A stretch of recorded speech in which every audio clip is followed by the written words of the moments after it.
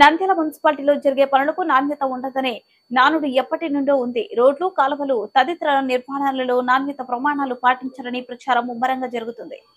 అందుకు నిదర్శనం సాక్షాత్ మున్సిపల్ చైర్పర్సన్ మాబునిసా చాంబర్ శిథిలావస్థకు చేరుకోవడమే. గత ఏడాది ఆగస్టులో 25 లక్షల రూపాయల వ్యయంతో నిర్మించిన మున్సిపల్ చైర్మన్ చాంబర్ రంగులు వెలిసిపోయి, గోడలు తడిచిపోయి, పైకప్పులు పెచ్చులు ఊడిపోయి అందవికారంగా దర్శనమిస్తుంది. అప్పటి కమిషనర్ రవిచంద్రారెడ్డి వ్యవహరించి చైర్మన్ అంటేనే చిన్న చూపు చూసేవాడని, అందుకోసమే చైర్మన్ చాంబర్ నిర్మాణంలో ఎలాంటి నాణ్యత ప్రమాణాలు పాటించకపోయినా బిల్లులు శాంక్షన్ చేసినట్లు పుకార్లు షికార్లు చేస్తున్నాయి.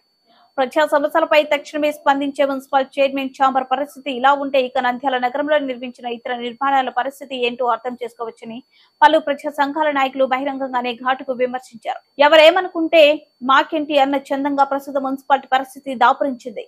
ఇప్పటికైనా జిల్లా స్థాయి అధికారులు స్పందించి చైర్మన్ చాంబర్ కు పునర్నిర్మించాలని పలువురు మేధావులు అభిప్రాయం వ్యక్తం చేస్తున్నారు.